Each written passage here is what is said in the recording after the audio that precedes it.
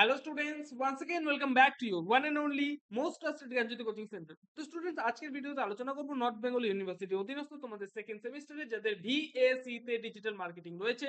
আজকে তাদের একটি গুরুত্বপূর্ণ ভিডিও নিয়ে আলোচনা করব, 10টা এমসিকিউ কোশ্চেন্স নিয়ে আলোচনা করব কিন্তু বিস্তারিতভাবে। ভিডিওটিকে লাস্ট পর্যন্ত দেখবে, খুবই ইনফরমেটিভ একটা ভিডিও হতে চলেছে। তো স্টুডেন্টস এর ভিডিওতে কিন্তু ইউনিট নাম্বার 1 থেকে কিন্তু আমি 10টা এমসিকিউ কোশ্চেন্স নিয়ে প্রতিনিয়তই কিন্তু আসছি তোমাদের সামনে। চ্যানেলে চোখ রেখো। তোমরা যদি চ্যানেলে নতুন থাকো অবশ্যই চ্যানেলটিকে সাবস্ক্রাইব করবে, পাশে থাকা বেল আইকন ক্লিক করতে ভুলবে না, কারণ আমরা কিন্তু এই ইউটিউব চ্যানেলের মাধ্যমে তোমাদের প্রতিনিয়ত কিন্তু এই সমস্ত ইনফরমেটিভ মানে নোটস পত্র কিন্তু প্রোভাইড করতে থাকি। ওকে, চলো শুরু করা যাক নাম্বার 11 থেকে, কারণ 10টা কোশ্চেন আগে দেওয়া হয়েছে। হ্যাঁ, 11 থেকে শুরু করা যাক। ক্যানিং শহরটি যে নদীর তীরে অবস্থিত সেটি হচ্ছে মাতলা নদীর তীরে।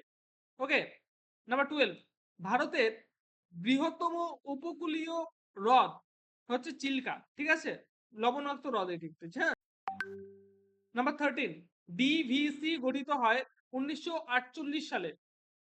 নাম্বার 14, ভারতের সর্বাধিক জনবহুল রাজ্য হলো উত্তরপ্রদেশ।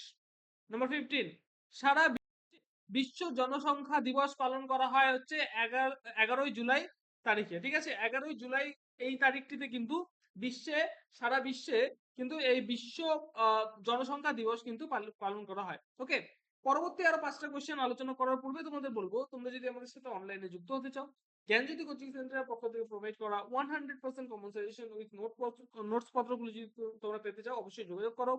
জ্ঞানজ্যোতি কোচিং সেন্টারের অফিসিয়াল দুটো হেল্পলাইন নাম্বার, সেটা হচ্ছে 7076398606 নাম্বার অথবা 6295916282 নাম্বার। এই দুটো নাম্বার আমাদের সাথে যোগাযোগ করতে পারো। তোমাদের যেটা টোটাল কোর্স ফি রয়েছে সেটা হচ্ছে শুধুমাত্র 999 রুপিস। ওকে, চলো শুরু করছি আরো 5টা কোয়েশ্চেন। নাম্বার 16, ভারতের কোন রাজ্যে জনসংখ্যা বৃদ্ধির হার সর্বনিম্ন? সেটা হচ্ছে কেরল। নাম্বার 17, ভারতের মধ্যে জনসংখ্যা বৃদ্ধির হার সবচেয়ে বেশি বিহারে। নাম্বার 18, পশ্চিমবঙ্গের কোন জেলা তাঁত শিল্পের জন্য বিখ্যাত? সেটা হচ্ছে নদিয়া।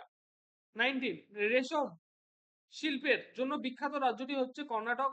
নাম্বার 20 হচ্ছে তাঁত শিল্পের জন্য বিখ্যাত ভারতের কোহিনূর বলা হয় কাকে? ঠিক আছে, তাঁত শিল্পের জন্য বিখ্যাত ভারতের কোহিনূর বলা হয় হচ্ছে অন্ধ্রপ্রদেশকে।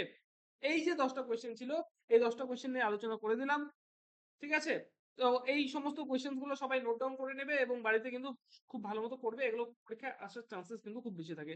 আমাদের ওয়েবসাইট ভিজিট করতে পারো, ওয়েবসাইট ইউআরএল রয়েছে, সেটা হচ্ছে গুগলে গিয়ে যদি তোমরা লেখো জ্ঞানজ্যোতি GYANJYOTI জ্ঞানজ্যোতি.info দিয়ে যদি তোমরা সার্চ করো তাহলে কিন্তু আমাদের ওয়েবসাইট কিন্তু তোমরা পেয়ে যাবে। এছাড়াও আমাদের আরো একটা ওয়েবসাইট আছে, গুগলে গিয়ে যদি তোমরা লিখো NIL_NIVA